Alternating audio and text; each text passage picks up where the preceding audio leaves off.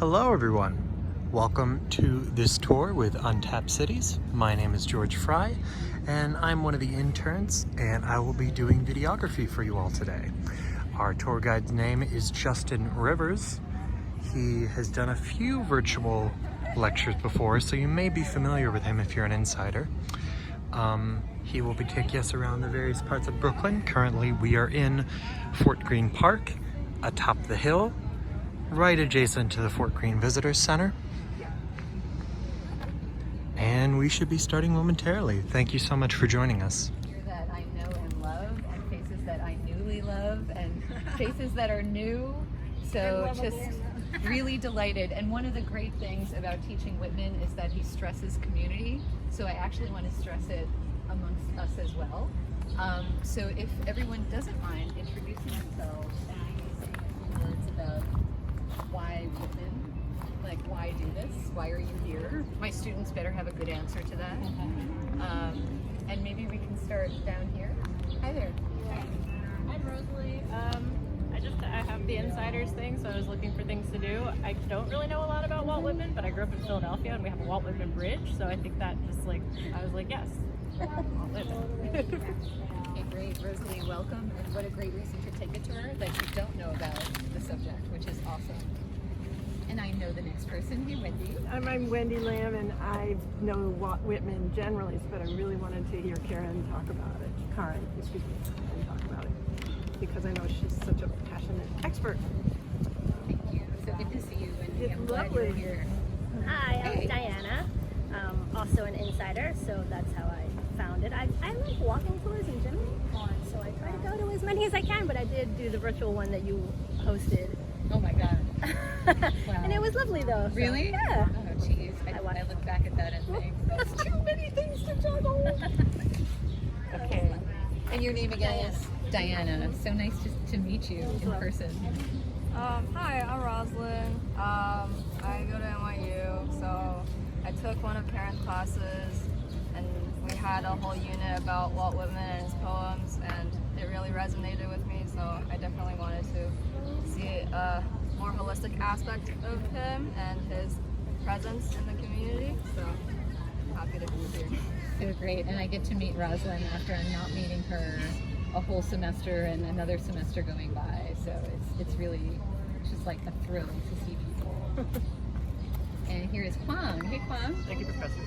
I'm Kwang. I'm a history major at Columbia, and I'm auditing the professor's class. I really love history because you can walk through the streets and know that something great was happened here, or some person perused and went through it. So it's really cool to see how we can do that and see everything today. And Kwang keeps me on my toes because he's a registered New York City tour guide. So, like, when I get it wrong, you know who to go to. I know nothing about Brooklyn. Okay, then I'm in the clear. We'll change it. Yeah. Hey there. Hi, I'm Klaus. I'm another insider of Untapped New York. I am a very happy insider. I love their tours, so whenever there is one and I have the time, I go to. This particular one, I don't know that much about Whitman. I mean, of course, I know who he is and what he did, but I'm looking forward to learning more about him. And I was just telling Justin that I'm currently reading a biography of Stefan Zweig, who was a big Walt Whitman fan, the Austrian writer. And wrote about him. Yeah, He I wrote know the about name. him, and he came here, and during his first visit to New York, first thing he wanted to go and do after he checked into his hotel was visit Whitman's grave, and he was very frustrated that nobody knew who he was talking about. That's so interesting. Klaus, it's great to meet you.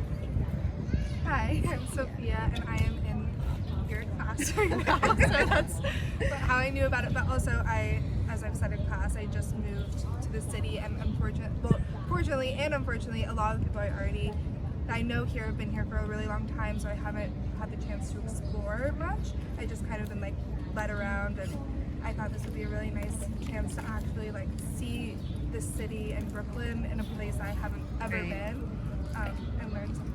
Yay! It's a thrill for me to see these students because I am teaching a remote class right now, so they are most of the time on the screen.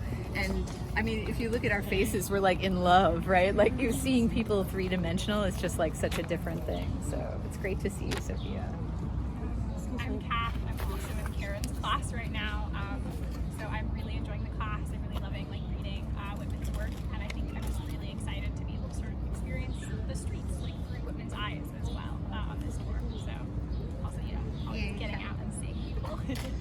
wonderful to see you.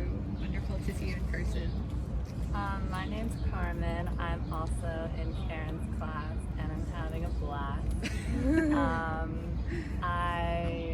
I got here early and have just been walking around Brooklyn, and it's just crazy to me like how many different parts of New York there are. And I was here like about a year, and I just am falling in love with the city, and I think this is a wonderful way to be falling in love with the city. And I also think like the fact that we were remote and then like jolted back into this physical world, it sort of makes me even appreciate more, I think, what was so natural for Whitman to appreciate, like just the physical body. So yeah, I'm really excited to see where he was walking. And we will do that. Carmen, great to see you. I'm Tamar. I'm also in Karen's class right now. I just got to the area, so I'm just really excited to be here with people. Like kind of like took the words out of my mouth. Like not being remote is so exciting. And I mean, what better poet to talk about than the poet of the body, right? Yeah, he's amazing. The poet that celebrates the very thing that we feel right now, just like, again, the connection with others, right? No matter how good, and I remember doing the remote tours with Justin, who is an amazing guide, but just to actually be here in Brooklyn with other people makes all the difference. Hey, Swan. Hi, I'm Swan. I'm also in Karen's class, and I'm excited to learn about Whitman and Fort Greene Park, and also more about Brooklyn. I'm excited. Good to see you again. Yes. Had the pleasure of seeing Swan twice. Hey guys. Hi. I'm Jenny. I am a Brooklyn resident, work for the city, and love finding out new things about the city that I've grown up in. So. Amazing, great. So we have everyone from like local Brooklynites to people who just arrived here. So very cool. By the way, no question, too crazy, too small, you know, all of that. That's part of the magic of the group, right? Hi, I'm Betsy. It's the first I've done an Untapped. I'm with Jenny, and I'm curious. So nice to meet you, Betsy. Thanks for coming today. Nice to meet you. Good to be here. And I'm going to give you guys a handout in a second, but first, hey Forrest. Hello everyone, I'm Forrest. I'm another student of Karen's, and I'm very excited to walk around Brooklyn with you all. I love walking around Manhattan, Brooklyn, everywhere. I think I walk many hours in a day, and I spend nearly all my time walking, and I don't get to like everything that I need to get done in a day done. So I think Whitman might be the poet, and I'm excited to walk. Great, thank you, Forrest, and it's wonderful to see you in person. Charles, I'm going to give you a hug. We have Charles, who is the head of the Fort Greene Park Conservancy here. I'm so hot. No, that's okay. I am too. Charles, you want to say a little bit maybe about what the Conservancy Make itself? everybody crane their necks. So yeah, I've been, I guess, with Karen's good friend who passed away last year and mine. We started the first Whitman tour in 2005, and it continues, believe it or not. So yeah, this is Whitman's Park, as you'll figure out, and we praise him for that, but we also curse him for that when I work on the not-for-profit, because he didn't leave an endowment. Because he was a poet. Yeah, so I have to raise the money to do things like fund the restoration of the monument. We sell benches, we gather donations. Anyway, this is my volunteer job, and I love doing it because of Walt. And Karen is a great compatriot with carrying on Greg's You get this? great aspirations. Oh my gosh, he's a hard act to follow. Okay, so I encourage you all to talk amongst yourselves and have a good time to communitas while we take this tour. Whitman would approve of it. And what we're going to do today is we're going to walk through the section in which he was most active. So I want to introduce the idea of Whitman in Brooklyn. A lot of people, when you hear the name Walt Whitman, you think of America's poet, but Whitman was actually the poet of New York. And the poet of Manhattan, sure, he celebrated Manhattan, but Brooklyn was really his home. This is where he really loved to live. He was a neighborhood participant. His petitions were part of the reason that this park exists. So he was a neighborhood activist. For a while he helped build houses in Brooklyn. A lot of people don't know that Whitman is from working class stock. So we don't have a poet that went to a university. We have a poet that had an alcoholic father, and he had 7 brothers and sisters, and the family was full of dysfunction, and Whitman had to drop out of school at age 12. So he got a lot of his education on the streets of Brooklyn and New York. So when we're looking around today, it's not just the places that he actually enjoyed being, it's his school, you know, it's the friendships that he built. And as I said, this park really owes its existence in large part to Whitman's call for a love for Brooklyn. So if I have to frame it out for you guys, and please stop me if any detail is unclear, he was born on Long Island, right, in West Hills, and if you go out there, you can still visit the Whitman birthplace. Where is West Hills? Outside of Huntington, so on the north shore of Long Island. His father was a farmer, a 6th generation farmer, but he also really loved carpentry, and he built that house. So if you go see it, you will see a pretty extraordinary farmhouse. Now, most farmhouses have smaller windows to keep in the heat, very plain furnishings, you know, you don't really use color when you're painting the walls, but some of the creativity that Whitman Jr. has is apparent in his father's craftsmanship. So Whitman Sr. built a farmhouse with huge windows, like looking out for southern exposure. He painted some of the rooms Dutch blue. We think maybe to honor his wife, Louisa, who was of Dutch descent. And there are features like the staggered the stairs up to the 2nd floor, which is a feature you sometimes see in better houses, right? It sort of like assists you as the steps get smaller, you feel more relaxed, but he also put it in a farmhouse. And I'm telling you this because a lot of people always ask, how did Whitman happen, right? You have a guy who, you know, grammar school dropout, dysfunction all around him, and really no intellectual community. He was never part of that. He kind of shied away from any sort of intellectual coterie. The closest he got was hanging out with the Bohemians in New York City at Fox Cellar. Part of it is his roots, right? Part of it is just sort of working class creativity that you see with his father and his mother. And part of it is kind of like the magic of New York and what the city gave to him. So the father inherits a farm in West Hills, and he's got it going, right, builds the farmhouse and so forth, and then hears about this place called Brooklyn, this booming kind of village turned city. And Whitman's born in 1819. In 1823, the father moves the whole family to Brooklyn. So he sells the family farm, which is really crazy, right, because they've owned it for 6 generations. And that itch that he has for creative carpentry, he brings it to Brooklyn. And he literally helps build Brooklyn. He puts his family in house after house that he builds around them. But as I told you guys, he's an alcoholic, he's a really uneven businessman, and he loses house after house. So the Whitmans lived in a total of, by a low estimate, somewhere around 32 houses during Whitman's time in New York. They were constantly on the move. 1823, that's when they all moved here, right? And then I think on your sheets here, if you look, and I think some of you guys came a little later. Hey there. Your name is? Dave. Dave, if you don't mind sharing. Oh, thank you. Sure. I'm out of my last copy. Okay, sure. Yes, sorry. So this page, we can skip the first page for a second and get to this really fun second page where I put an image of Whitman's Brooklyn as it looked, which is a little bit different from what you expect to see Brooklyn look like now. And this is not far from where we are. If you guys got off at the DeKalb station or the Nevin Street station, that's right there, right at the junction of Flatbush and, at Fulton and DeKalb Avenue. And below that, I have a list of houses because Whitman provides us with this. At the Burr Collection at the New York Public Library, it's a very, very substantial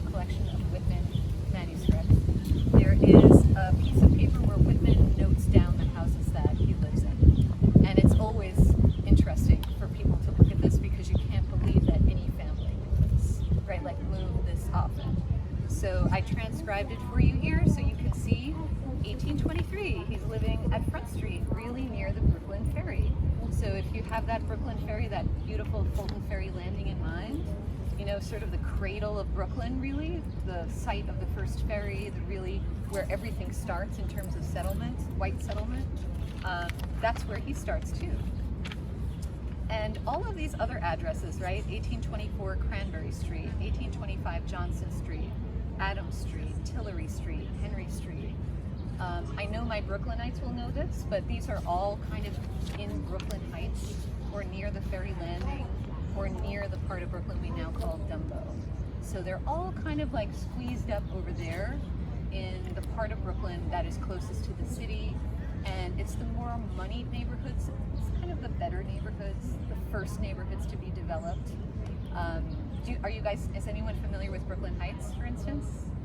So you know how beautiful it is. There's like house after house. You've got wood frame, gorgeous houses from the 1830s, 1840s. The Plymouth Church of the Pilgrims is there, which was like supposedly a underground railroad depot, right? And Henry Ward Beecher preached from that church.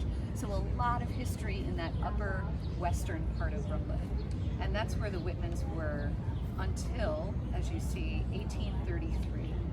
And that's when everything shifts because of cholera outbreaks in the city. So just like we had COVID, back then they had huge problems with epidemics. And cholera and yellow fever were really big epidemics that cruised through the city quite often. 1833-34 was very bad, and Whitman Sr. and he moved his wife and his children out to Long Island, like many Brooklyn and New York City families moved out to, you know, clean air, supposedly. But Whitman himself stayed. Like if you look at the top of the next page, he has a note that says, family moved in the country, lived at Norwich, Long Island in 1834. I remained in Brooklyn. So that's the first sign we've got a real Brooklynite here, right? The family goes, but Walt's like a teenager and he's like, I'm not going, I'm staying. Sorry? He did not go. He decided to stay, and the routine was then when he dropped out of grammar school at age about 11, he first worked for a lawyer a little bit, didn't like it, and then fell into a printing apprenticeship. And what's really great about that is that he learned to write and read. So if you're really thinking about what made Walt Whitman America's poet, it was in a way learning on the printing house floor, on the job, how to read and write. And he loved it, and he stayed with it, right? There was a tactile quality about printing that he really embraced. I had my students in class this week get introduced to the process of letterpress printing. And if you guys know anything about it, you know every letter has a feel. The spaces are things, right? The spaces between spaces, the lines in between are actually bars. So he learns a very tactile body, an embodied idea of language, which he carries forward, and we often call him the poet of the body, right? Not just celebrating the human body, which he does, but thinking very materially about the world. Very controversial for the time, right? Poets are supposed to be spiritual and intellectual. Whitman was profoundly physical, always. And it got started with all of this work that he did. So as you see here, he actually wound up moving out to Long Island after a while because of the Great Fire of 1835. It devastated the print industry, especially in the city, which was going strong, right? There were a number of newspapers coming up. It was thriving, and yet that fire, have you guys seen photos of this? It like devastated downtown. So Walt decides to take it easy. He joins his family out on Long Island and starts school teaching. A lot of people don't know that he did this. He hates it, but he's a very good teacher. And he hates it because the places where he's being put don't take teaching very seriously, right? The farmers are kind of like putting their kids into these schools to keep them away as long as they're not really useful on the farm, and then when they get old enough, they go back to the farm to work. So Walt encounters a lot of family resistance, but he writes a lot about pedagogy. So those of us who teach, like me, who take teaching very seriously, there's writings by Walt Whitman on the ways in which he would have his students recite, which I have my students do. The students in the class that are here know that I have them memorize 8 or more lines of Whitman, and they can deliver it any way that they like. But I feel like there is something profound about taking a poem into heart, right? To really know it. And Whitman espoused that in his own teaching. So Walt is teaching, but he's kind of miserable. He's jonesing to get back into the city, and then finally he just like does it. And this is a really neat, mysterious moment for Whitman. I don't have a lot of information there for you because he lived in boarding houses in Manhattan all by himself. And if you ask me, because we're talking about an LGBTQ plus icon here, we're talking about the moment, right? He's on his own, he's in New York, he's in these boarding house situations where there's a lot of men sleeping in one room, eating together, sleeping together, doing things together. I think probably that's the moment that he starts realizing something about himself. You know, that he's not just sort of the heteronormative person that maybe people expect. So he lives in New York for about 4 years. He's out on Long Island about 4, in New York City, and Manhattan for about 4, and I think probably runs out of money. You know, he's writing some pretty radical journalism, jumping around to various penny dailies, as they were called, these newspapers that are sold for a penny a copy, and you know, very important things. I don't want to downplay it. They had all the local news and activism, so he's sort of like, you know, boning up on writing. He's learning how to write by writing all of this, and then he moves back out to Brooklyn. Okay, and that's where we find him, right here. Now we're with Whitman when he came back. So about 1845, he's lived on his own, right? He's probably discovered some stuff about himself, but he moves back in with his family. He's born in 1819, 2939, so he's like in his mid-20s, right? Sorry, math was not my major. And hey guys, welcome. We have a sheet, and I'm so sorry I don't have more to go around. So if you don't mind sharing with Forrest and your names are Christina. Yeah, hi, good to see you. To give you a hug. It's good to see you. Hi, I'm Matthew. I'm from Philadelphia. Matthew, so nice to meet you. Nice to meet you too. Welcome, yeah. Sorry guys, I'm teaching an online class, so I'm getting to meet my students in the flesh, and it's like overwhelmingly wonderful for me. So anyway, back to the list that I was showing you. Moving in with his parents, now his father is still building houses, but his father's really deteriorating. Probably because of the alcohol, maybe something else. Whitman Sr. is declining, so Whitman starts picking up more of the job of building houses.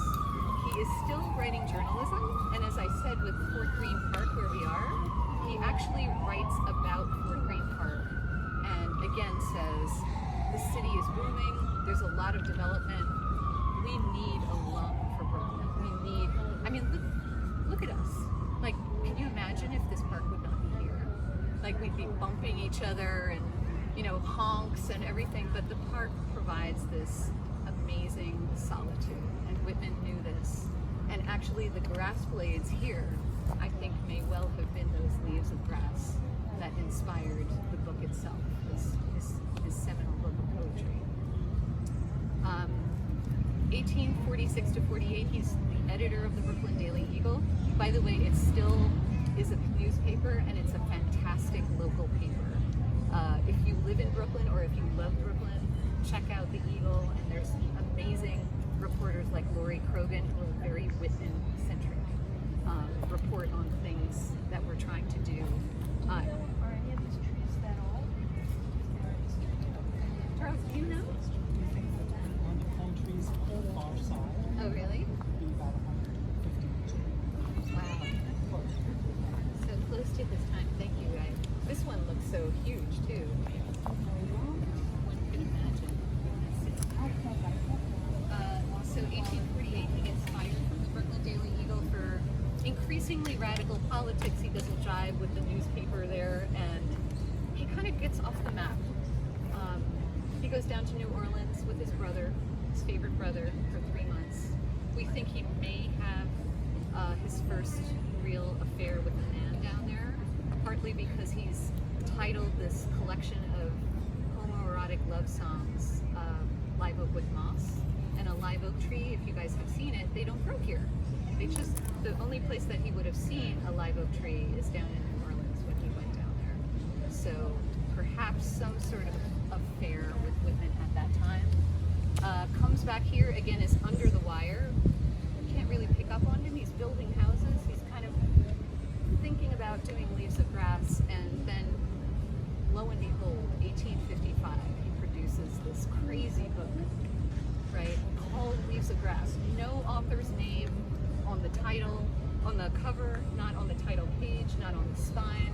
There's no publisher because no publisher wanted to publish them. They're so raw and radical. They're very sexual. They're very political. His friends, the Rome brothers in Brooklyn Heights, who are legal printers, say, all right, we'll do it, but you have to help set the title. And as I've told my students many a time, that's the beginning of Whitman, the book artist, right? Not just the poet, but the person who conceptualized the appearance and the feel of the book.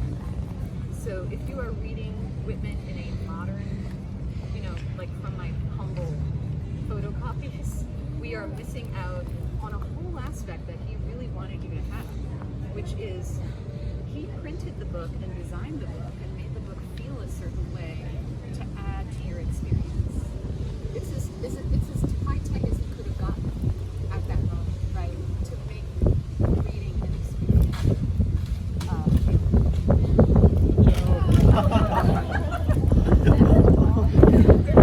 What are you doing? Oh my God, are you okay? I swear, that is probably Walt. So I'm giving you a whole bunch of background. I hope it's not too tedious. I want you to get a full picture of the magic that's behind the book, and the fact that it's not just poetry, right? And it's not just like some guy going to Harvard and cranking out like his first book. It's like coming up from the streets of New York, the streets of Brooklyn, a mix of kind of like bad things and good things happening to him, and that kind of electric energy that you feel when you read him, right? And you hold these books in your hand.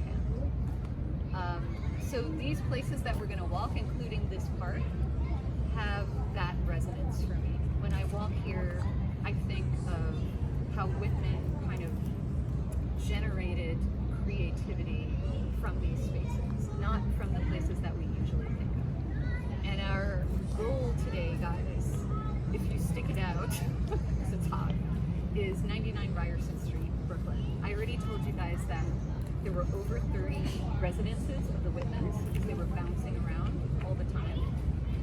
Only one stands, and it happens to be the one where he finished the first edition of Leaves of Grass in 1855. So this building is super important for many reasons, even besides what I just said. It is the earliest known LGBTQ site in Brooklyn. Okay, officially this is it should be a national landmark because Whitman lived there for 1 year, a very important year, when he was completing this crazy book of poems that really changed American culture. It was also the site where Ralph Waldo Emerson, who was the Don of American letters at that time, right? Like you couldn't get further up. And Whitman was not selling this book. He tried to sell it for $2, then he put it down to $1, then he put it to 75 cents. Like nobody was, I'm sure many of you can sympathize if you are trying to be a writer and you don't have a name behind you. And Whitman knew this so well that he didn't even put his name in his book, right? Not even in it. So he did a lot of self-promotion. He wrote his own reviews, some of the most spectacularly good reviews you'll ever read. And he also sent the book out to various people, including Emerson in Boston. And weirdly, because Emerson, very progressive, right? You think of the essay Nature, which really changes also American culture. But he is a bit more stiff than Whitman. that would show up in their relationship later.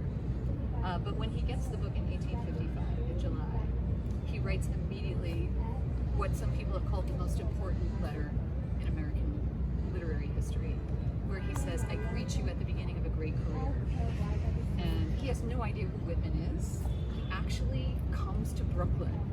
Now I know, like you said, Sophia, this is your first time in Brooklyn? My first time in this part of Brooklyn. Okay, so some of you guys first time in Brooklyn. Emerson, Ralph Waldo Emerson, would never have a reason to come to Brooklyn, because Brooklyn was not, aside from that area I told you, like Brooklyn Heights was very nice, but especially out here at Ryerson Street, I mean, this was the boondocks. This was pretty scary, right? And Emerson walks down there and knocks on the door to find the writer of this book. So can you imagine meeting Walt Whitman? That must have been so thrilling to know that like the best person is coming to your house to do something. And Whitman gets a lot of energy from that, even though his book doesn't sell. So the book Leaves of Grass comes out a total of, depending on how you count it, either 6 or 9 different additional editions. And it's very confusing literary history. But just so that you know Whitman's New York history, 1855 first edition, 1856 a totally different looking second edition, and then 1860 a really beautiful third edition, which include the famous Calamus poems that a lot of people hold very dear, the same-sex love poems. And then later goes down to the Civil War front in 1862. That's the end of his New York years.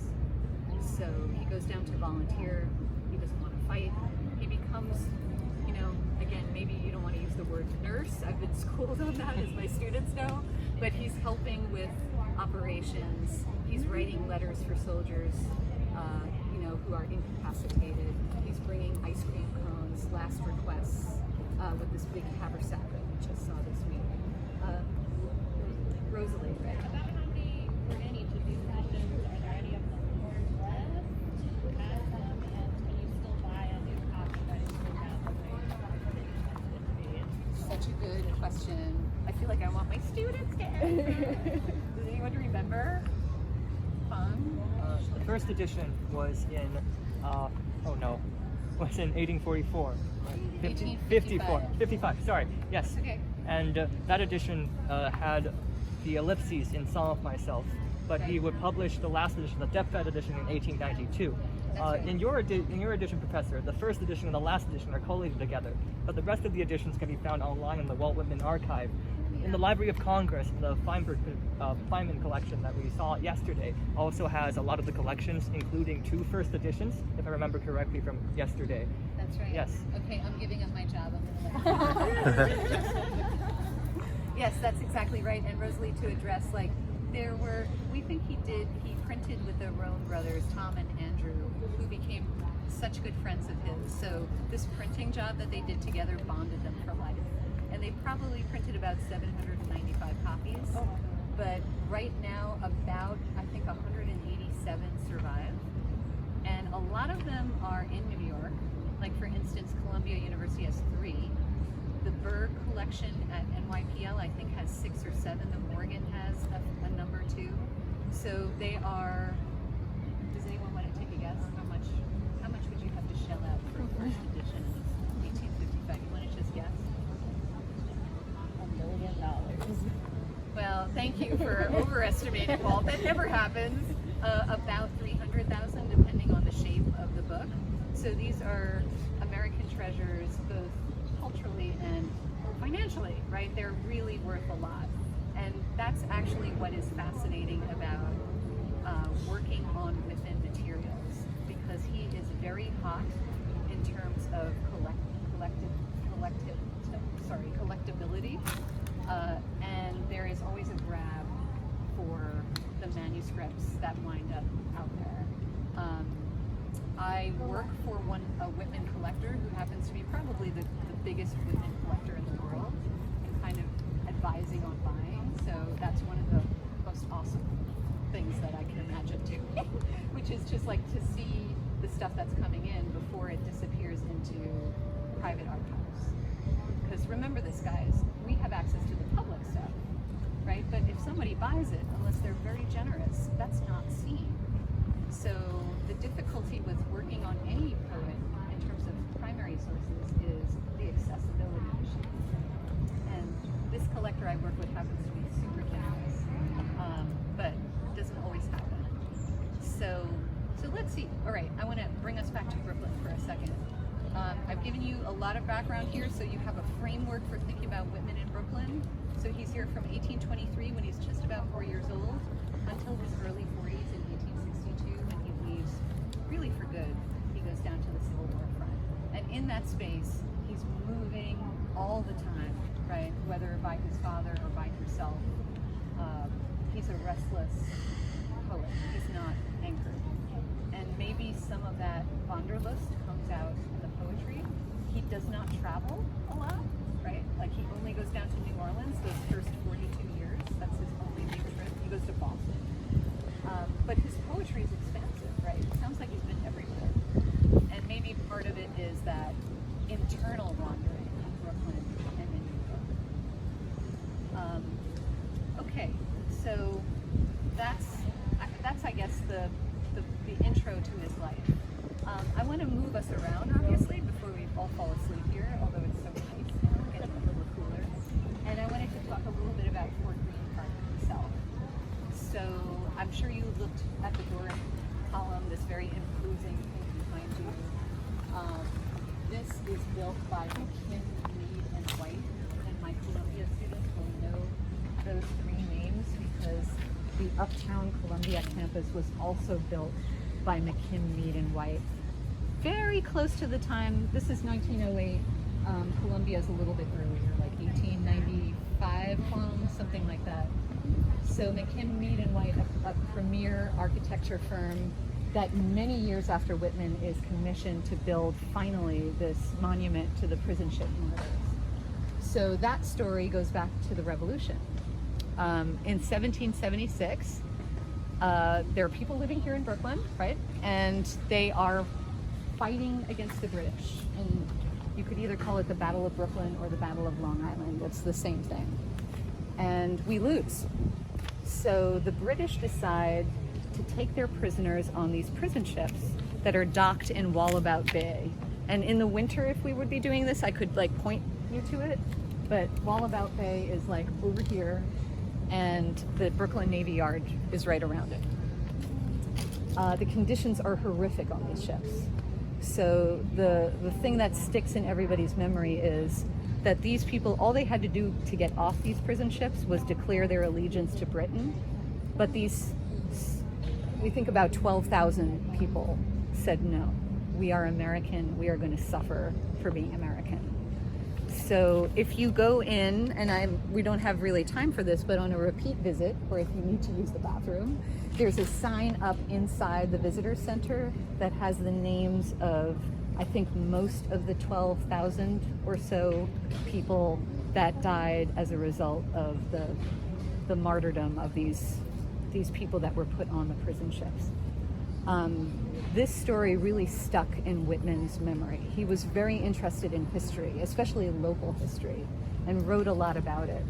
And when he was talking about the need for a lung for Brooklyn, he also had in mind to commemorate the prison ship martyrs. He just really didn't know how to do it. Their bones were kind of discovered along Wallabout Bay. They would roll up, apparently. Whitman remembers as a child seeing skulls on that beach. And they were collected and deposited elsewhere. But then finally, when the park got its act together, it became a park in 1847. It was Washington Park first.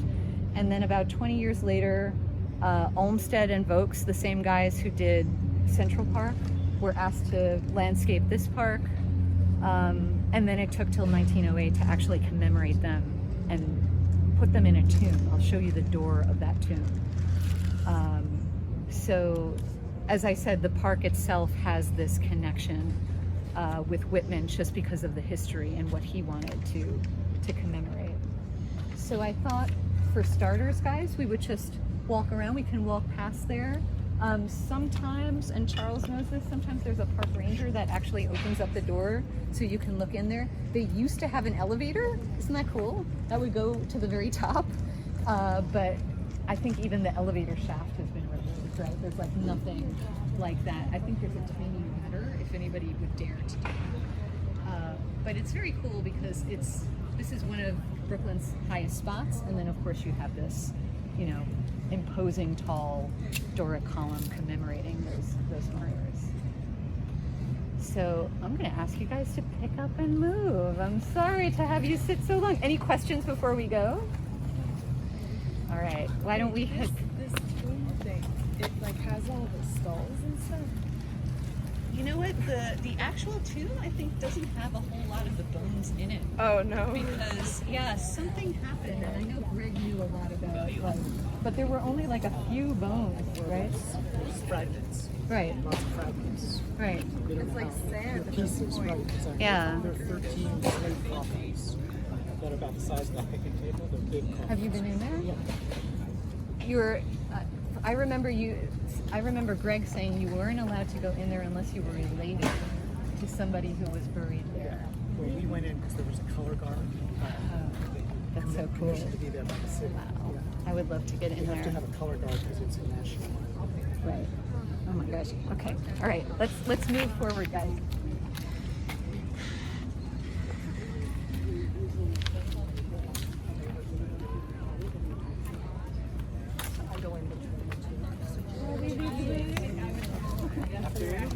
Hey, Connor. Hi. Hi. Hi, Connor. Nice to meet you. Nice to meet you too. I think it's a little cooler, right? A little bit. It's a little bit, sitting a little bit under more the air to tree. breathe. Yeah. Hey there. Hi. That was fantastic. Oh, thank you. Yeah. I know. I'm feeling that.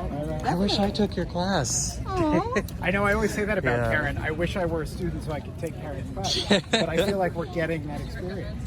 Well, you guys can always sit in on a class. I really don't mind. I will probably take you up. I'm hoping to go to NYU for grad school, so maybe. Yeah, what is your program that you'd like to do?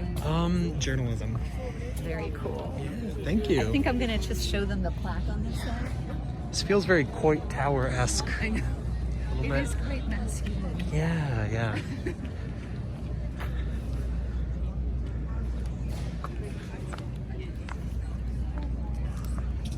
I'll take it.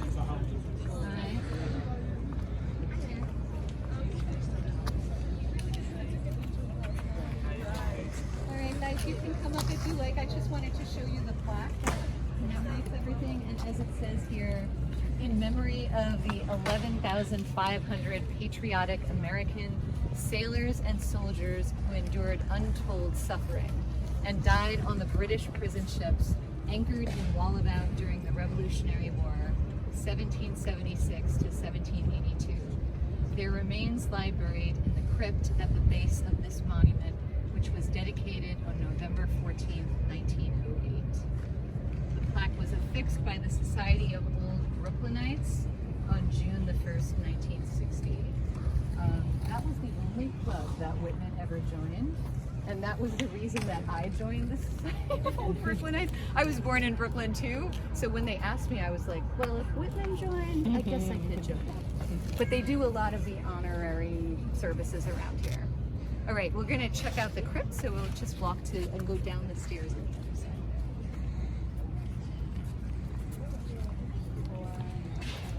Yeah, it's a really good place for a view, and in the winter, it's even better because you can see. Are you allowed to climb the ladder? Climb the ladder to the top. It's kind of open. But you know, the last time I was here, and I did open it. Did you remember? I didn't go up, but the guy did. The ranger. Chris.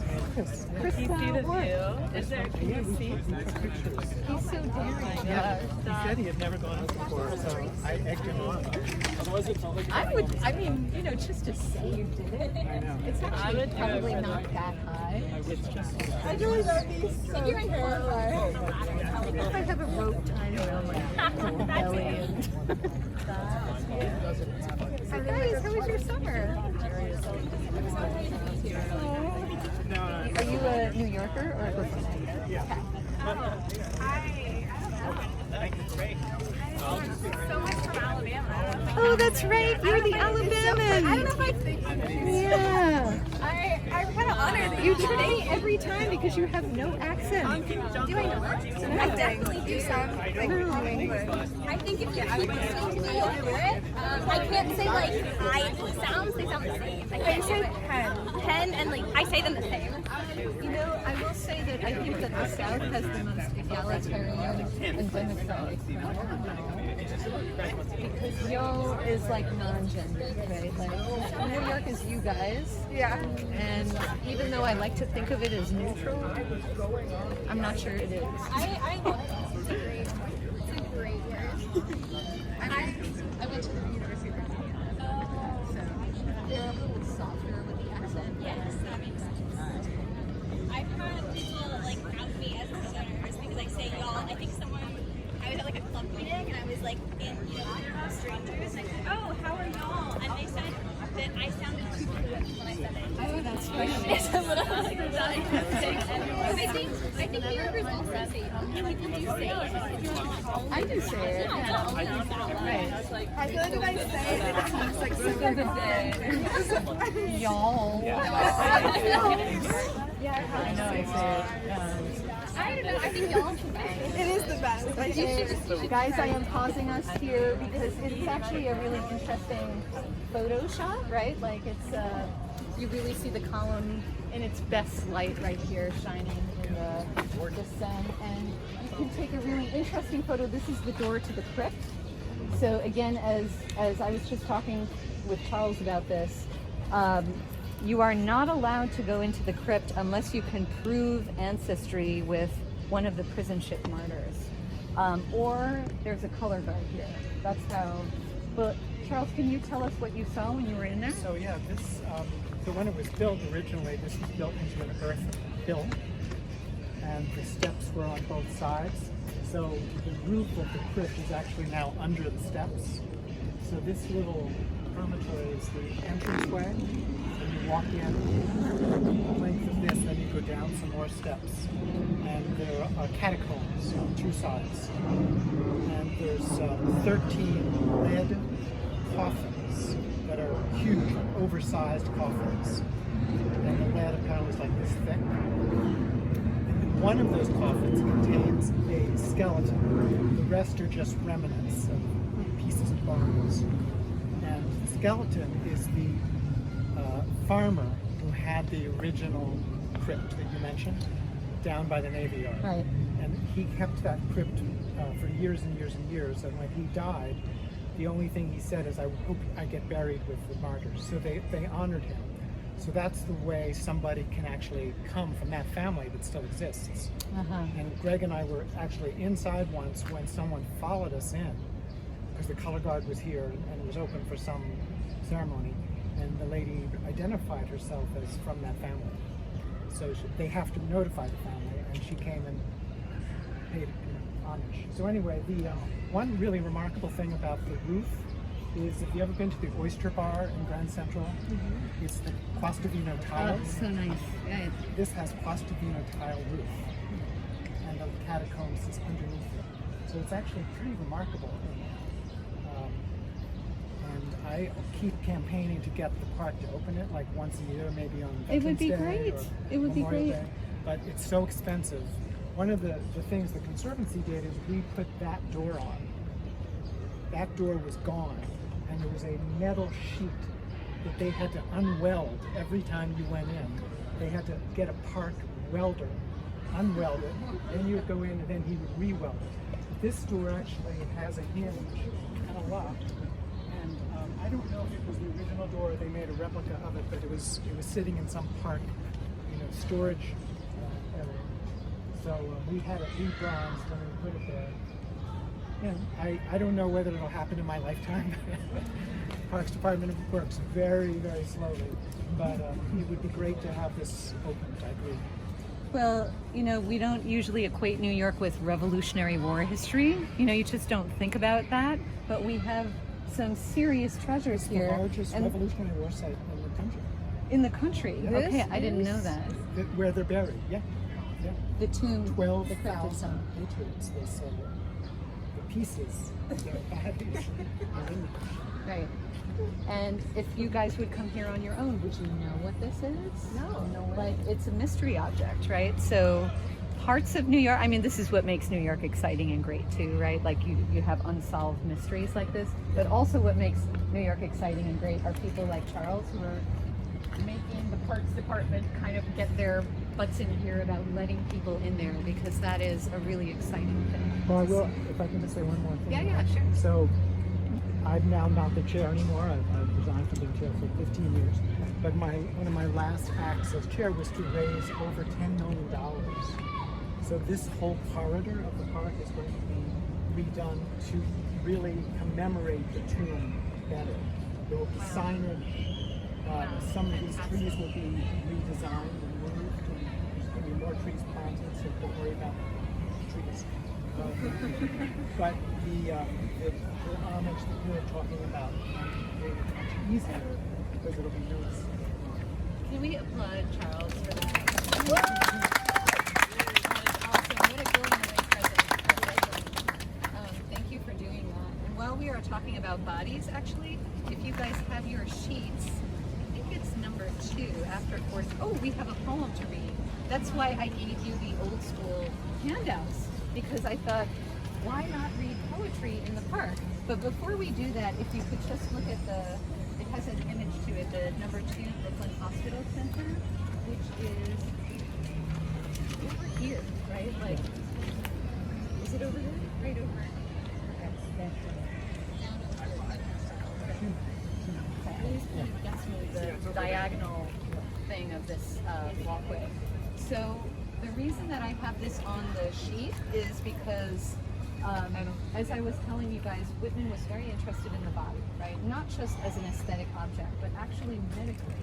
And when he went down to the Civil War, he tested that, right, by helping tend soldiers' wounds. He was actually doing that before he left. And that Brooklyn Hospital Center, as you see it here, was around when he was growing up in Brooklyn. And it was a landmark hospital because I wrote a couple of things for you that you can read, but for me the most gripping thing is that they had an operating theater. So in other words, I always think of, I'm going to date myself here, the Seinfeld episode where they drop the junior mints into the body. But you know, it's like there's an operation going on and you can sit and watch, right? And Whitman apparently loved this. So this park and this space was important to him for relaxing his body, but also going over there and assisting with operations. They had a library also, and I mentioned to my students that Whitman often incorporated kind of obscure, interesting things into his text. So on the title page of the 1860 Leaves of Grass, there's actually little baby sperm kind of floating in and out of the words leaves of grass. And we think that he probably learned how to do this from a medical textbook, which he may well have been reading here in Brooklyn, just at home, in that free library that was open to everyone. So you can see the benefits of living in a neighborly, community-oriented place, right? Brooklyn, for a lot of people, is still this way, and I would ask my Brooklynites here to chime in on that. But when you live in a space that's philanthropic, that supports its youth, you know, that has free services, you get poetry, you get art, you get greatness from people who would otherwise maybe never find that. So just something wonderful to keep in mind about Brooklyn. I'm going to walk you guys, actually, you can see what I'm going to do, walk you to a part of Fort Greene that a lot of people kind of skip over on these tours, and it's a part that for me has become much more significant. But before that, how about a poetry reading? You guys feeling it? Are we feeling Walt here? Okay. All right, so we have the first one, which is right after the Fort Greene Park description, and I'm sure you guys recognize the beginning of Song of Myself. This is the 1855 version. It begins, I celebrate myself. So if you're looking at it and you're saying, wait, it says, I celebrate myself and sing myself, doesn't it? It's because you're thinking of the deathbed edition of Leaves of Grass, where Whitman is the 19th century David Bowie. He's always shape-shifting and changing. He's always updating his poetry. He's always kind of doing weird things with it. This is the poem of first inspiration. It's the one I like the best. So why don't we try this? What I usually do with my students is I point at someone and I say, read as long as you like, or just say pass, and then the person next to you pick up or just say pass.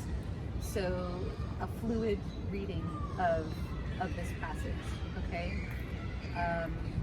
And maybe, Justin, I'm going to... I knew you were going to consummate tour guide. I knew you were going to start with me. And maybe then to Mar and Forrest, we can go that way. And again, if you don't want to reach, just say pass.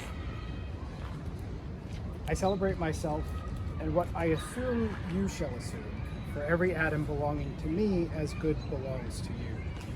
I loaf and invite my soul, I lean and loaf at my ease, observing a spear of summer grass. Houses and rooms are full of perfumes, the shelves are crowded with perfumes. I breathe the fragrance myself, and I know it, and I like it. The distillation would intoxicate me also, but I shall not love it. The atmosphere is not a perfume. It has no taste of the distillation. It is odorless. It is for my mouth forever. I am in love with it. I will go to the bank by the wood and become undisguised and naked. I am mad for it to be in contact with me. The smoke of my own breath echoes, ripples, the buzzed whispers, lover, silk thread, cloud to cloud. My respiration and inspiration, the beating of my heart, the passing of blood and air through my bones, the slip of green leaves and dry leaves, and of the shore, the dark-colored sea rocks, and the hay in the barn, the sound of the embellished words of my voice, words leaves, the eddies of the wind, like kisses, the free embraces, a reaching around of arms, the play of shine and shade in the trees, is the supple boughs wet, the delight alone, or the rush of the streets, or along the fields and hillsides, the feeling of health, the full noon trill, the song of me rising from bed and beating the sun. Thank you so much, Forrest and Tamar. So a lot of times the question is, how does a city poet write this stuff, right? Like, how does a guy who moved to Brooklyn at age 4 crank out this? Do you guys want to respond?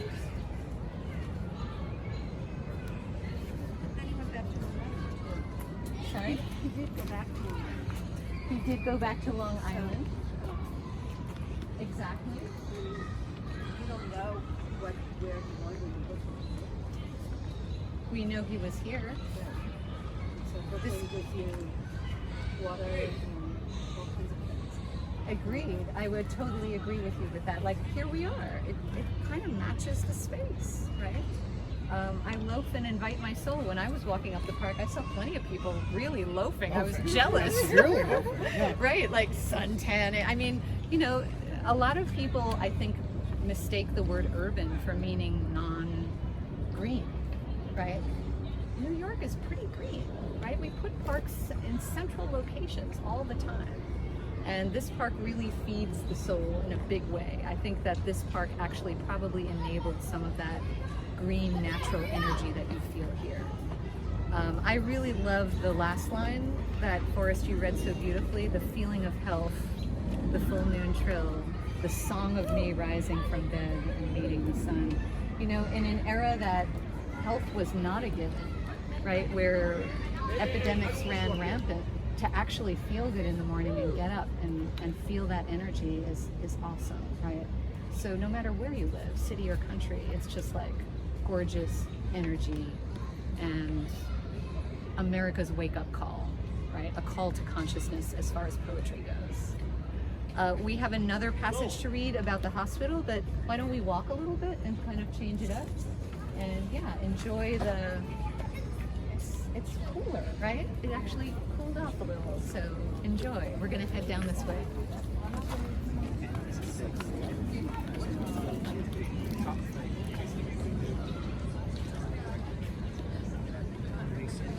Do you ever think about the top?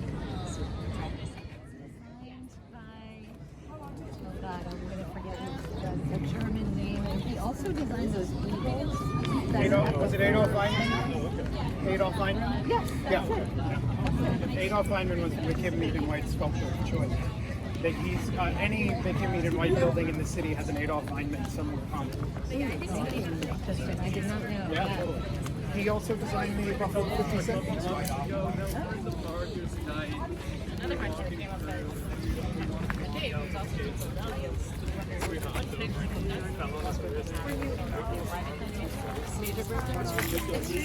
Camden, New Jersey.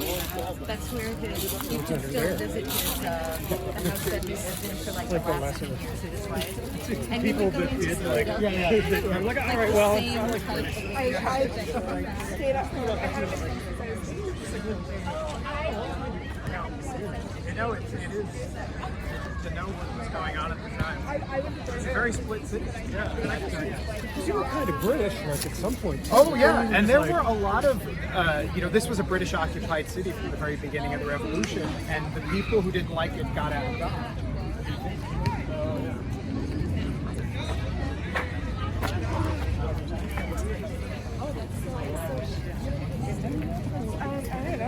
Yeah, they're not like super fancy. I feel like when I say like, I'm just thinking so. Yeah. It was not that bad. It was awful. Yeah, but like I think they're No, he did. That's what took us over because he was. No. Alabama was really terrible. But it was all of that family, and they kept going. So I think we should just. It was not very good. At least that they're all on it.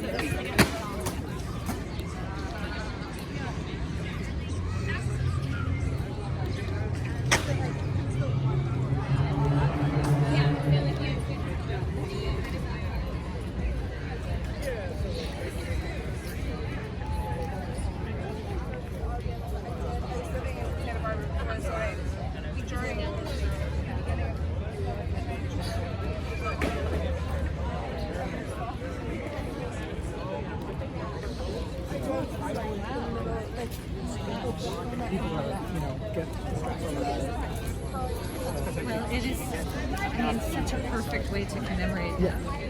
You know, I've had people on my mind that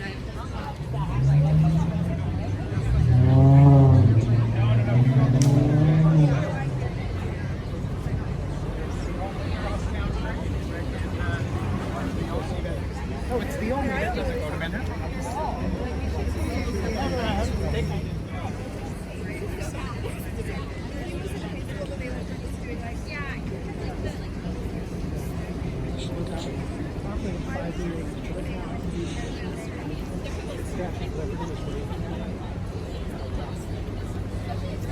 But you know what? It still has a lot of Jeremy to tell us. to me, it's still the choice building to live in. If you're gonna live, no, I am not. I'd like to see your views. It's my favorite tall building. I don't care what they go. But it is, when we first moved in, there was nothing. Well, I remember being able when I walked around the alley to actually see it, right? And today was the first time I was like,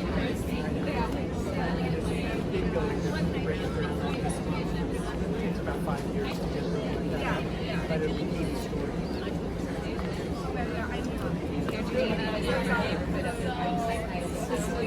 Not needy, but really, which is also They think, there's all this small panic that nobody's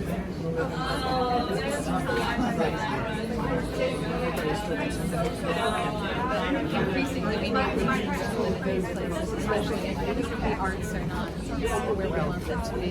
So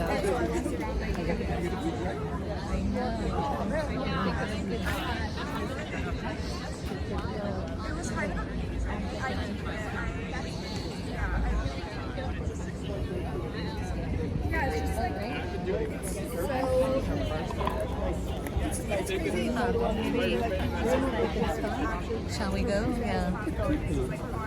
It's interesting. Right.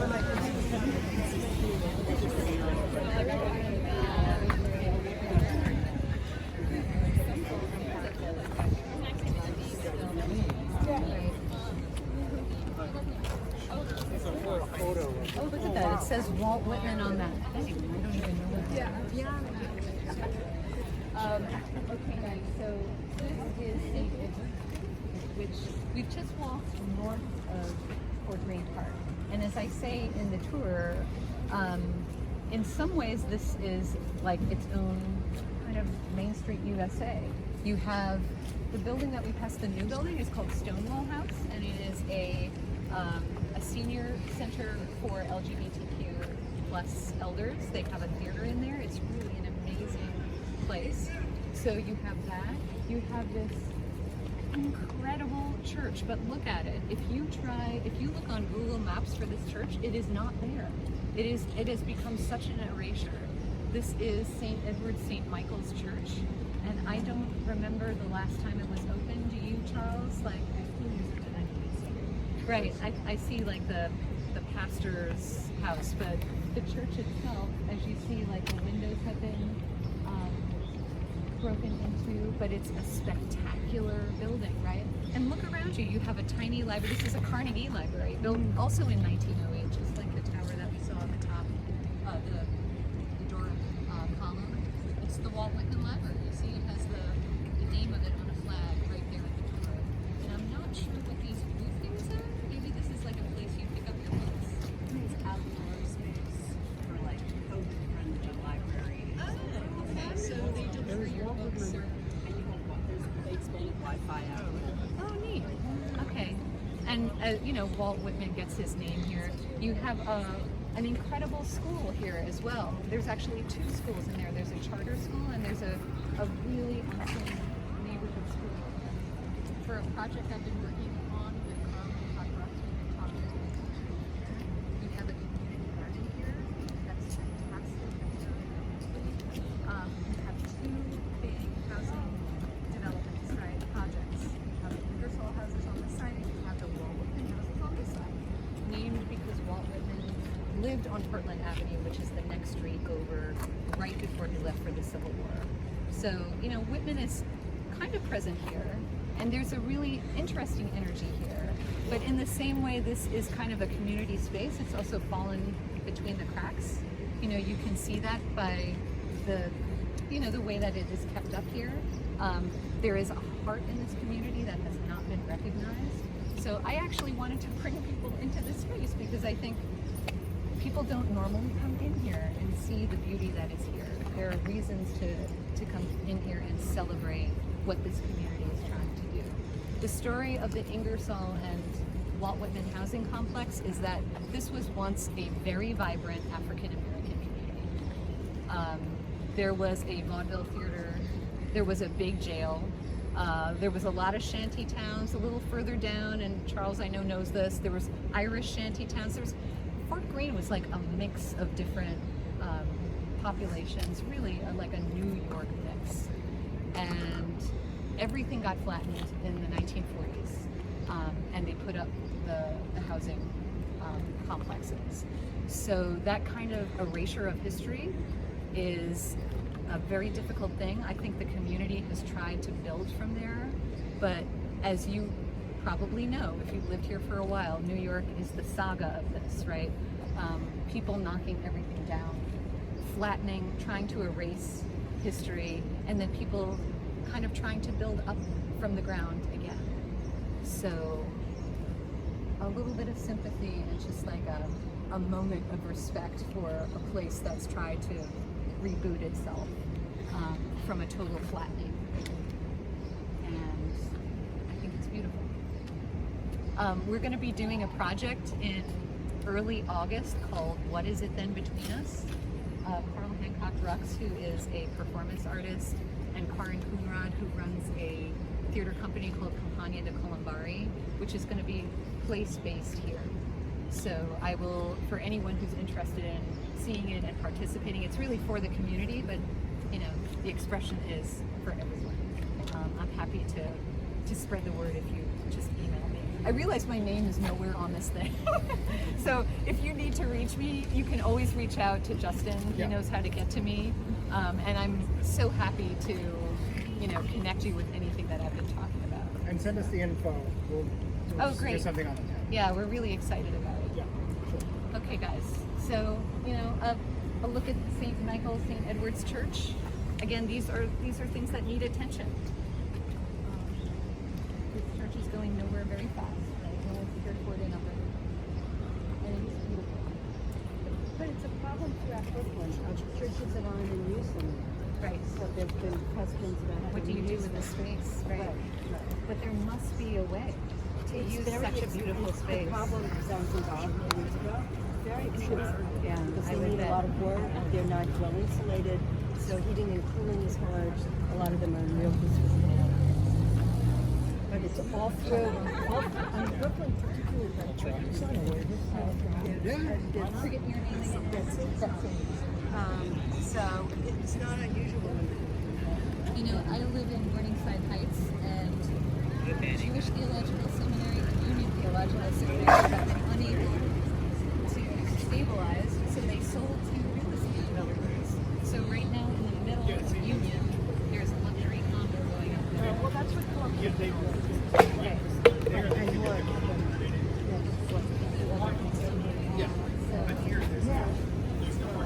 But that's slightly different. But that's slightly different because these are already existing houses. Right? There is another. They sold Clearly, you do love it. I know that. This was actually. After all of it, he only has one chance. That's hilarious, actually. No, he's great. He's super enjoyable. Dude, I wish I had a barber in Philadelphia. I haven't cut my hair in like 7 months,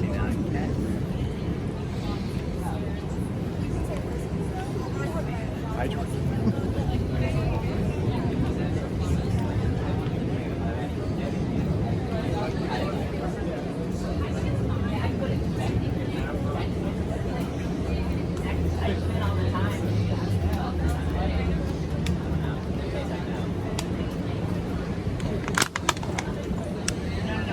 How are you doing for battery? There's more down there? Yeah. We're losing people to bird watching. Yes. No, they were the baby birds that like fell out of a nest. I think they're I love this tour group. You have a lot of compassion. Yes. I fully expect that from Whitmaniacs. I'm halting you partly so that those guys can catch up, but also because this is the Whitman houses here that I'm entering. And I really am always struck by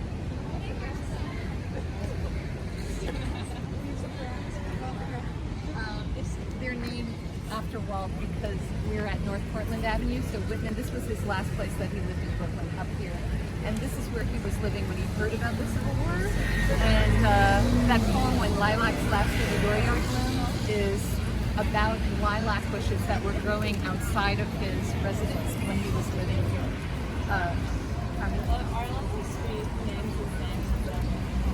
No, they are not. They are not. Like St. Edward's Street that we just walked on was named something else. And some streets didn't exist. So that's why it's really cool to look at those old maps and to actually kind of figure out how Brooklyn has changed. Like for instance, when you put up a housing development, you get rid of any street grid that originally laid between the houses, right? Because this is like an integrated neighborhood. They don't have streets running under it. Are there any online, like public resources for seeing these old maps? Yes, there are, and I can show you guys actually. But the New York Public Library. I've been curious, like across the years, where to find. And I can't find like a city center. New York Public Library has a phenomenal map tool where you can layer maps on top of each other. So I can show you guys. It's really cool to see how New York shifts. But anyway, I thought we would read the blab of the pave here because we are on Myrtle Avenue. That's by the way, we're going to be walking down Myrtle Avenue the whole way because Myrtle is kind of like a thoroughfare in Brooklyn. And this is the way that Whitman would have gone from the Ryerson Street house down to the Rome Brothers printing shop. We probably would have taken what he called like a cab or a horse car, but he might have also walked. So again, past, right, we were just there at the Stonewall House building, the whitish gray building on the right, and through downtown Brooklyn over to Brooklyn Heights. All right, guys, a little bit of poetry here. We've got the blab of the cave, and of course the good students who are actually holding their notes are going to be the ones who are reading. That's the trouble. And Kath, you are looking very studious. I'm going to call on you and maybe Sophia. And your name again is? Matthew. And you might want to do this louder since it's about very the loud. blab of the cave. The blab of the pave, the tires of carts and slough of boot soles and talk of promenaders, the heavy omnibus, the driver with an interrogating thumb, the clank of the shod horses on the granite floor, the carnival of sleighs, the clinking and shouted jokes and pelts of snowballs, the hurrahs for popular favorites, the fury of roused mobs, the flap of the curtained litter, the sick man inside, borne to the hospital, the meeting of enemies, the sudden oath, the blows and fall, the excited crowd, the policeman with his star quickly working his passage to the center of the crowd. The impassive stones that receive and return so many echoes, the souls moving along, are they invisible while the least atom of the stones is visible? What groans of overfed or half-starved who fall on the flag sunstruck or in fits? What exclamations of women taken suddenly, who hurry home to give birth to babes. What living and buried speech is always vibrating here. What howls restrained by decorum. Arrests of criminals, slights, adulterous offers made, acceptances, rejections with convex lips. I mind them, for the resonance of them. I come again and again. Bravo, bravo. Thank you so much, all three of you. Pat, Sophia, and Tom, bringing it to life. So this is Whitman kind of hearing what we are hearing right now. I think this is perfect, right? Because it is about the street sounds of New York. And my students know this, but not everybody was psyched about the street sounds when they were going through mid-19th century New York. Edgar Allan Poe hated it, especially before we got ionized rubber on the wheels of carriages, and those wooden wheels would grind on the flagstones. Horrible, horrible sounds. Whitman heard all of this, and he made poetry of it. So that's what I'm going to ask you guys to do the same as we walk down this very busy thoroughfare, still so full of life, such an amazing place. You don't have to go back in history to feel what Whitman felt when he was walking past here. So we're going to be walking straight down Myrtle to Ryerson. I'll probably stop you guys a couple of times to point out some things, but I actually would love it if you just like sunk into the experience of walking in Whitman's Brooklyn, right? This is a thoroughfare for shopping. People live here. There's a great energy about it, and I think poetry. So any questions so far? All right, so glad you guys are here. We're gonna mosey on this way.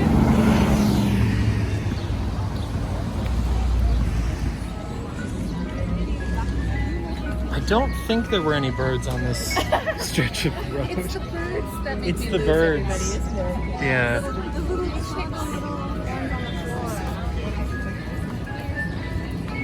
Well, for those of you that have been good enough to catch to maintain the pace, we are passing by a lot of 1830s, 1840s structures that Whitman would have seen. Some of them have been refurbished, but that look that you see, the 2 or 3 story, or I should say 4 story with the ground level shop, that's what Whitman saw when he would walk down Myrtle Avenue. And I'm being so loud today. Do you see how there is a block? Guys, you see like in between the second and third story, there is like a wraparound white block. Like that's how you used to put street names on places. You didn't normally have these street signs everywhere. You would actually have those signs on the buildings themselves. So I'm not sure because I can't read it from now, but that should say Claremont Avenue. It does? Yeah. But I just love looking at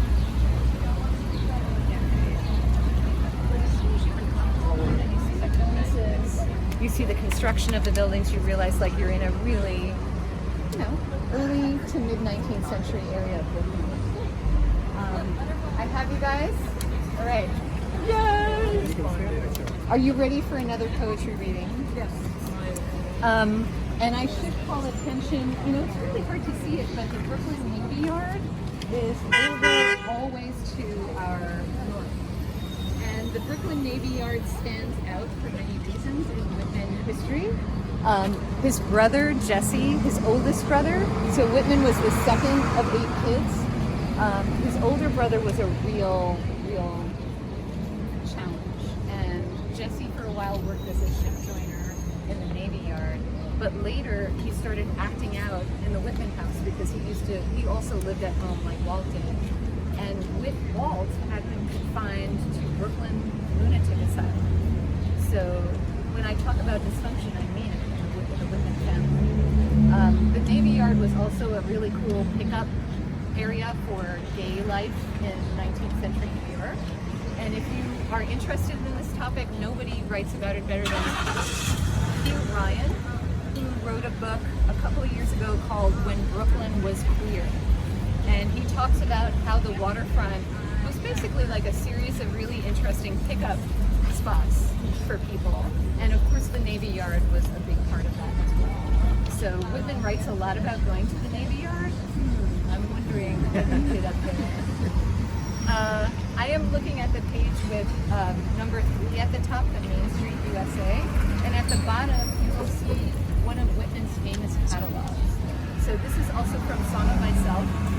And some people really don't like these catalogs because they don't feel like poetry. They just seem to list things. And other people think this is the most democratic, gorgeous form of poetry that ever existed. So I'm going to let you judge for yourself. This is one of the shorter ones and more famous ones from Song of Myself. And I'm going to pick on Rosalie, who is looking ready to read. And then remind me your name, Steve, and Wendy. So say back and I am of old and young. I am of old and young, of the foolish as much as the wise, regardless of others, ever regardful of others, maternal as well as paternal, a child as well as a man, stuffed with the stuff that is coarse, and stuffed with the stuff that is fine, one of the great nation, the nation of many nations, the smallest the same, and the largest the same. A southerner soon as a northerner, a planter nonchalant and hospitable, a Yankee bound my own way, ready for trade, my joints the limberest joints on earth, and the sternest joints on earth.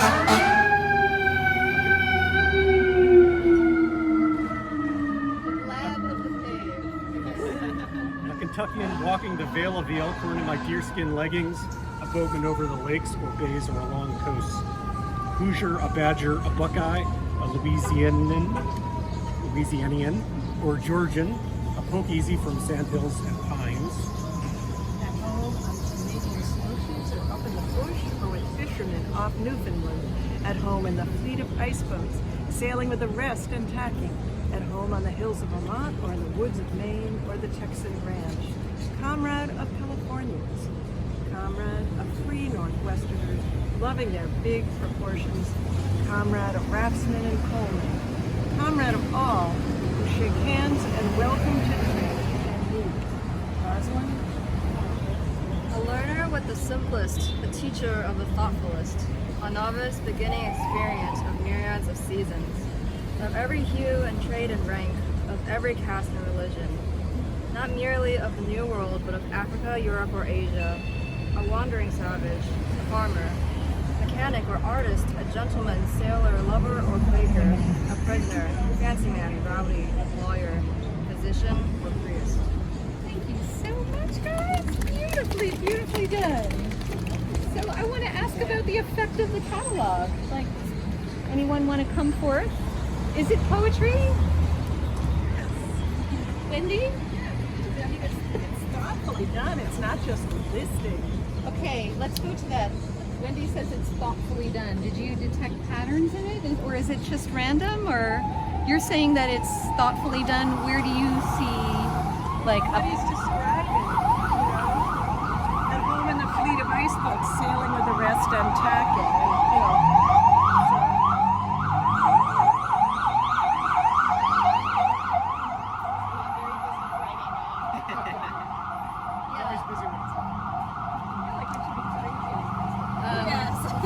I'm going to extend what Wendy is leading us to and have you note that there are a lot of opposites on this list, right? And there is not an or in here. There is always an and, right? It is never about one thing. It is about both things. As my students know, I like to call Whitman the poet of and. He's inclusive.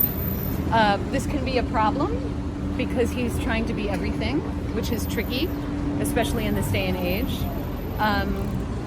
But I think what his intention is to speak for everyone, right, to the best that he can. So remember, he's writing this in 1855.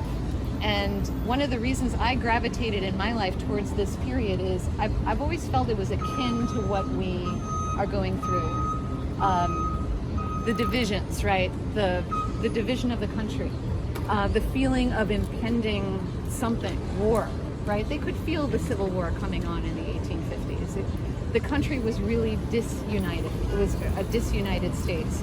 So when you read this poem and he says, a Yankee bound my own way on one sentence, and then he becomes a Kentuckian walking the vale of the Elkhorn, right? He's in fact trying to sew together that disunited states, right? This is the poem of Northerner and Southerner. It is the poem, as he says in his notes, very controversially, of slaves and the masters of slaves, right? That kind of inclusion, again, very tricky terrain, but for Whitman, this is the stance that he wants. He wants to be the speaker for everyone here. So those last lines, right? Of every hue and trade and rank, of every caste and religion, right? Not merely of the New World, but of Africa, Europe, or Asia, and the listing of the professions. That is, for some people, the best that Whitman does, right? That idea of a true democratic vision of humanity that comes together that way. So these catalogs, again, you know, he was a huge fan of photography. He was actually the most photographed poet of the most photographed American poet of the 19th century. If you go to this site called the Whitman Archive, you can look at the 130 odd photos we have of Walt Whitman posing in all sorts of glamorous ways. And he was a poser, right? He loved it. He camped up the clothing. He was totally into fashion. Like, that's Walt. But photography, I feel like, also influences this, right? It feels like a montage. It feels like a photo album that you're just like going through and you're really seeing America. So it's Whitman's attempt to do that, right? To write the poetry of America. And here we are in Brooklyn reading it. I think this is awesome. Good spot. Any questions so far? We will take another break for another reading, but just enjoy the stroll with the beautiful murals. And again, the 19th century buildings that we saw, I think some of you guys were not here when I said that a lot of these are 1830s, 1840s structures that were around since Whitman's early years. Karen, can you do that daguerreotype of yourself down today? All right, we are at, as you see, Hall Street, and that takes us to number 6. And I am very curious about this place, Brooklyn's other museum of Brooklyn, because I am not sure that this place is still open. But this was such an eccentric. Do any of my Brooklynites know about this? You guys back there? Have you heard of the bomb? No? The magazine? No, not the magazine. Just this place here. Do we have time for a dip? Do you guys want to see? Like it's like a weird old building. It's let's see if it's still operating. 109 Wall Street. That's right. Other museum of Brooklyn. Oh my gosh. You didn't know. I love it. Good deal. Yes, he is. I know. I've had him on the Robust American City. These guys have been I can find a house. Oh, the panel is musicians right now.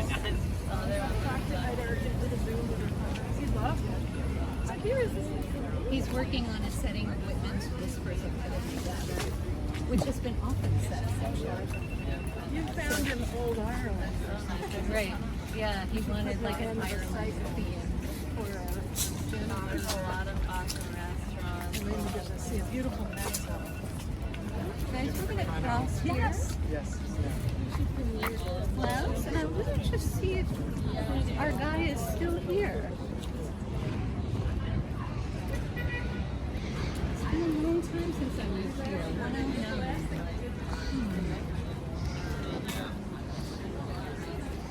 This is also the street that Patty Smith lived with Robert Mapplethorpe. He was further up in the street. Did you say Patty Smith? Yeah, Patty Smith and Robert Mapplethorpe. Patty Oh, Smith, really? The Wow. performer who also was a Yeah. I read her book.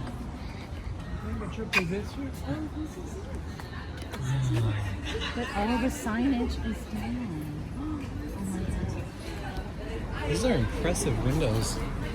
Yeah. Okay, so this is cool. So guys, this is again number 6, which used to be the Bomb, Brooklyn's other museum of Brooklyn, and what's his name again? Steve Ritter, right? Scott Ritter. He used to be open on Tuesdays, and you could go in there and play pool.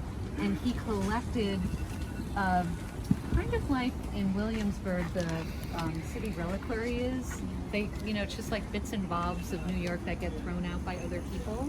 But he kind of did it on a grand scale, and he was also a very important person as far as like trying to save Admiral's Row. Do you all know about that? No.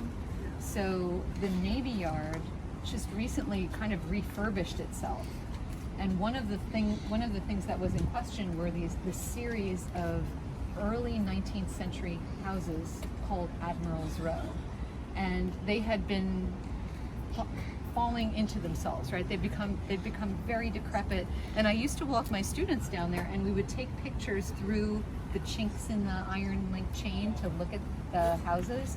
They were overgrown by vines. It was actually really great photo shots, and people really tried to save those houses, but they recently put up a supermarket.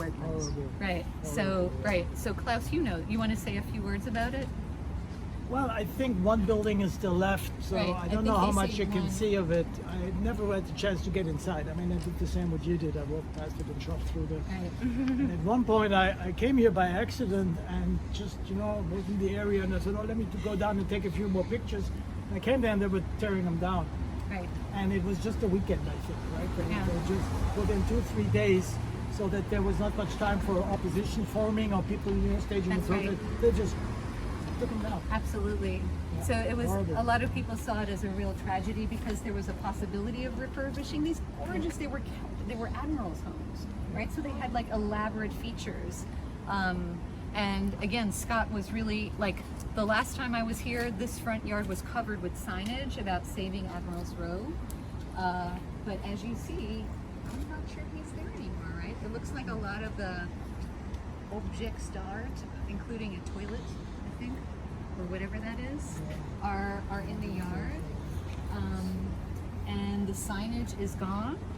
So, and I looked before kind of redoing the map, and the website hasn't been updated. So unfortunately, it looks like maybe a little Brooklyn treasure is also gone. Yeah. Right. Yeah. Wow. All right. Sorry, not a happy ending to this one. Okay, we're gonna go back up and to the left. Well, how about we have a poetry reading here, just in honor of the place? Yes, okay. Thank you for coming, Charles. Okay, no, of course. Charles has to run. Can we all bid him farewell? Thank you. How about the poem we should have read when I talked about the Navy Yard, which is Calamus 32, right above the bomb on number 5, right before number 5. So I have not yet discussed the Calamus poems with my students yet. These are very beloved poems that Whitman wrote about his passion for other men. And this particular one, I feel like, may well have been written in this neighborhood. So this is one poem that I would love for just one person to read, just to not divide it up. Is anyone feeling it? Does anyone not mind reading it? Remind me of your name? Jenny. Yes, thank you so much. What think you? I take my pen in hand to record the battleship, perfect modeled, majestic, that I saw pass the offing today under full sail. The splendors of the past day, or the splendor of the night that envelops me, or the vaunted glory and growth of the great city spread around me? No, but I record of two simple men I saw today, on the pier, in the midst of the crowd, parting of dear friends. The one to remain hung on the other's neck and passionately kissed him, while the one to depart tightly pressed the one to remain in his arms. Thank you so much. And one of the students here, where is Rosalind, did a video of this that is on YouTube that is absolutely stunning. A stunning piece of work that I wish I could show you right now. The poem. Okay, now I can't talk about the female poem anymore because I'm like so into the. Oh, thank you. Well, all right. Let me not. I'm just going to finish reading the passage that I have here, and then I will move on to what Ragnar was bringing us to. Those last two lines. Klaus, I liked how. Tuned into the car, and there, Ragnar was right there. Okay, all right. So anyway, they know how to swim, row, ride, wrestle, shoot, run, strike, retreat, advance, resist, defend themselves. They are ultimate in their own right. They are calm, clear, well possessed of themselves. Do you know what it means to talk about women like this in the 19th century? Women were wearing lots of clothing. They were considered to be objects that you had in your home, right? They were possessions, they couldn't own property, all of these other things, and Whitman is unleashing them from their corsets and actually acknowledging their physical beauty. So I just love the enthusiasm and exuberance of that passage. Okay, so last stop, guys. And Ragnar kind of was like an interesting introduction to this. The reason that I am talking to you about it up here is because I don't want the owner of 99 Ryerson right now is not psyched when people just like look in the windows, and I just want to warn you about that, so you don't want to just like hover around the house, right? He does not have a good feeling about this. He does not want the house landmarked. There have been a number of organizations, including my own, the Walt Whitman Initiative, that have been trying to landmark this house. Now we've gone up against the Landmarks Preservation Commission here in New York 3 times, and 3 times we're denied the right to landmark that house. And part of it is that the house really doesn't look like it did in the 19th century. It's covered with yellow siding, it's vinyl. It looks like a house that working Brooklynites live in. And that's actually our point of why we want to landmark it, because it's really healthy and great to see that poetry can come from anywhere. It does not have to come from a fancy house. It can come from a house that's been much changed and abused and really lived in, and is part of the Brooklyn landscape. I have on that very last page of your booklet, I included two things there, actually. The census, which indicates that Whitman and his family lived in this house from 1855 to 1856, which is a much contested thing with the Landmarks Preservation Commission, to check out where this weird guy, Walt Whitman, lived. And this account is by Moncure Conway, who was a Southern-born abolitionist. It's a very rare breed, right? And Conway was an outspoken abolitionist. Eventually went on to live in London, but grabbed onto the democracy of Whitman's words and wanted to see where this poet lived. So check out his description of how he came and did the same journey that you just did. I found by the discovery that one Walter Whitman lived fearfully far out of Brooklyn nearly, on Ryerton. He doesn't even get the name right? He's like Ryerton Street, a short way from Myrtle Avenue. The way to reach the house is to go down to Fulton Street Ferry, after crossing, take the Fulton and Myrtle Avenue car, and get out at Ryerton Street. It is one of a row of small wooden houses with porches, which all seem occupied by mechanics. Mechanic was kind of a code word back then for like a working class dude. So what he's telling you is like, he's shocked that this is not a better neighborhood, right? That this poet is from a place like this. I didn't find him there, however. His mother directed me to Rome's printing office, corner Fulton and Cranberry Streets, which is much nearer and where he often is. I found him visiting some proof. A man you would not have marked in 1,000, blue striped shirt, opening from a red throat, sitting on a chair without a back, which being the only one he offered me, and sat down on a round of the printer's desk himself. His manner was blunt enough also, without being disagreeably so. I told him that I had spent the evening before with you, he's writing to Emerson, right? And that what you had said of him and the perusal of his book had resulted in my call. He seemed very eager to hear from you and about you, and what you thought of his book. He had once seen you and heard you in the lecture room, and was anxious to know all he could of your life, yet not with any vulgar curiosity, but entire frankness. I told him of the occasions in which Mr. Bartell and others had attempted to read it in company and failed, at which he seemed much amused. The likeness in the book is fair. His beard, sorry, not his bear. His beard and hair are grayer than is usual with a man of 36.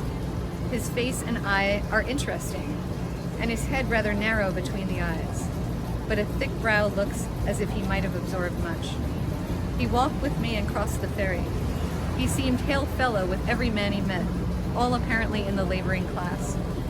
He says he is one of that class by choice, that he is personally dear to some thousands of such in New York, who love him but cannot make head or tail of his book. He rides on the stage with the driver, up front on the top there, stops to talk with the old man or woman selling fruit at the street corner, and his dress, etc., is consistent with that. So the type of thing that Whitman's presenting seemed to be actually the thing that was really true, right? Like, that's what Moncure Conway sees when he comes and visits Whitman. I'm gonna take you guys past this house. We're gonna walk down here, we'll pause, and I want you to take a good look at it, because if you believe in the poetry of place, right, the magic of being in a space that somehow inspires, this house inspired American poetry. There's no other way to say it. This house is sort of an omphalos. As humble as it may look, it has an incredible power for a lot of people. It is also an endangered house, and if you guys are interested in hearing more about our fight to make sure that it stays there, I'm really happy to send you info. You can go to the Walt Whitman Initiative site and see some of the ways in which we have been trying to make sure that it stays up for more generations. But for now, we should just be glad we're here and check out where Leaves of Grass was born.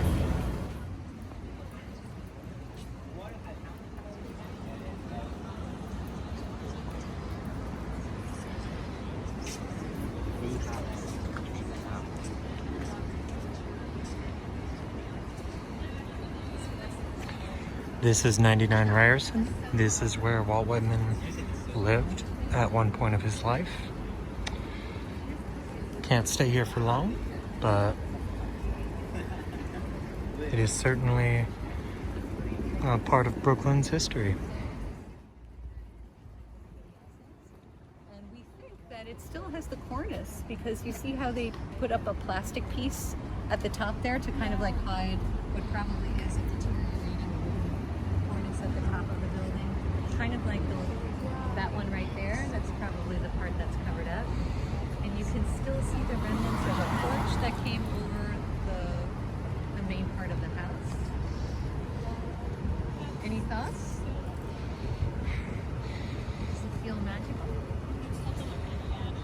It's not supposed to. Or maybe it's not supposed to. Good risk. I keep feeling I'm gonna get shot. It's not that serious. They're wonderful people. They just, want their privacy. You have to really respect it. It's such a complicated issue when you live in a crazily important building, right?